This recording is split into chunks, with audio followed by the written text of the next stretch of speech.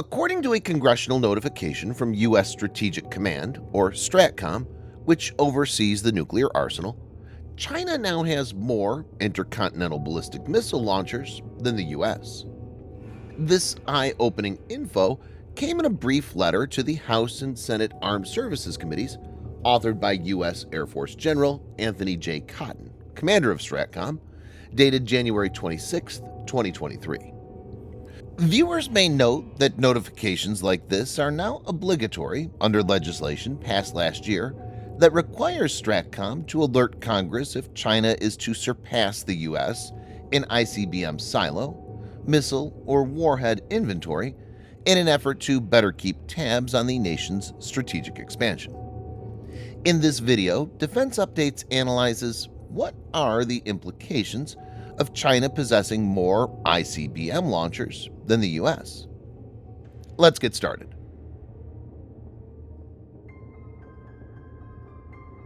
The unclassified STRATCOM notice did not disclose how many launchers China possesses, while noting it provided Congress with additional classified updates. The U.S. has about 450 ICBM launchers. The Pentagon's 2022 China Military Power Report, CMPR, noted that Beijing had approximately 300 ICBMs, with the caveat that it appears to be doubling the number of launchers in some ICBM units. So it's evident that China has made rapid progress in the last 1 to 2 years, since more than 150 new launchers have been added. CMPR had found that China's warhead stockpile had surpassed 400 and projected that it will likely field a stockpile of about 1,500 warheads by its 2035 timeline, if it continues its current rate of nuclear expansion.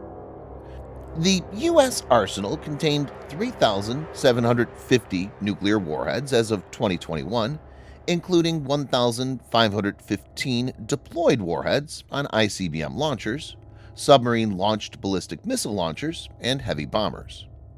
CMPR indicated that China intends to increase the peacetime readiness of its nuclear force by moving to a Launch on Warning, or LOW, posture. LOW posture is a military doctrine that enables for the retaliatory launch of a nuclear weapon in response to the detection of an incoming enemy strike.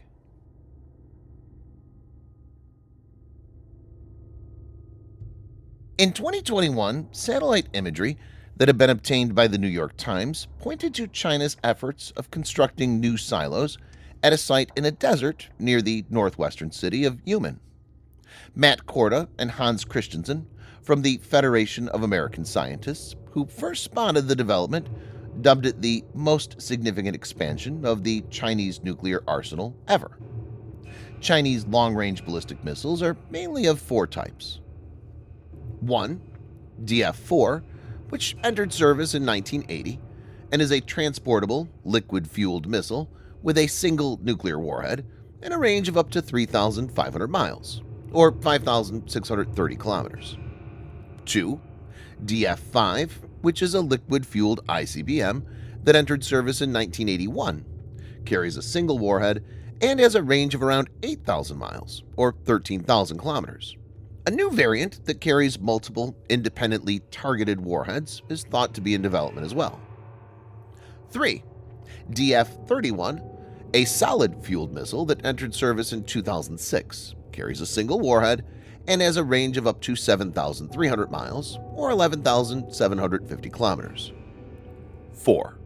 DF-41, a road-mobile ICBM that was first tested in 2012 but has yet to officially enter operational service.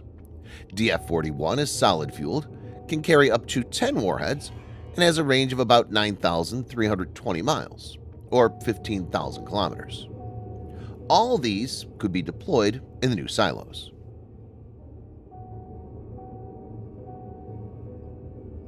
Chinese nuclear triad includes land-based ICBMs, like DF-41, deployed from silos and mobile launchers, aircraft-carrying free-fall nuclear bombs, like Jian H-6s, and ballistic missile submarines, like Type 92 and Type 94, which are armed with JL-1 and JL-2 SLBM. submarine-launched ballistic missiles. Each of these three delivery options has their own pros and cons. Land-based ICBMs are relatively cheap, but could be taken out with preemptive strikes, especially the silo-based ones, as they're at a fixed location. Bombers carrying nukes are flexible, but are slow and vulnerable. Ballistic missile submarines armed with SLBM are least vulnerable, but very costly to build, operate, and maintain. Most of the Chinese nukes are currently deployed in land-based ICBMs. This is a stark contrast to how the U.S. operates. The 14 ballistic missile submarines of Ohio class, together, carry approximately 50% of the total U.S. active inventory in strategic thermonuclear warheads. The construction of new silos indicates that China will continue to traverse the same path of focusing on land-based options. China might be using a strategy that the U.S. employed during the Cold War, shuffling a fairly small number of ICBMs among a large number of silos. This mitigates the major issue with land-based ICBMs. The enemy will find it very difficult to know where the actual missiles are being deployed, and make it hard, if not impossible, for the enemy to use a preemptive strike to destroy all the ICBMs. Chinese strategists could be planning to shift a small portion of land-based arsenal from one set of silos to another at regular intervals to prevent detection and maintain ambiguity. This tactic is commonly called the shell game.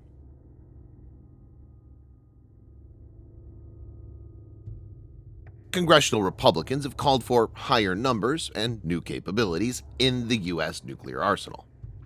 U.S. Navy Admiral Charles A. Richard, at last year's Naval Submarine League Annual Symposium and Industry Updates Awards luncheon, said, "As I assess our level of deterrence against China, the ship is slowly sinking. It's sinking slowly, but it is sinking, as fundamentally, China is putting capability in the field faster than we are.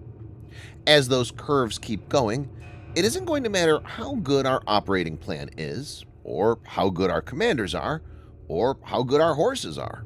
We're not going to have enough of them, and that's a very near-term problem." While the U.S. and Russia has an agreement, the New START treaty to limit deployment of nukes, there's nothing like that with China. Though the Trump administration attempted to convince China to join a New START follow-on when the current one expires in 2026, the country has rejected these propositions.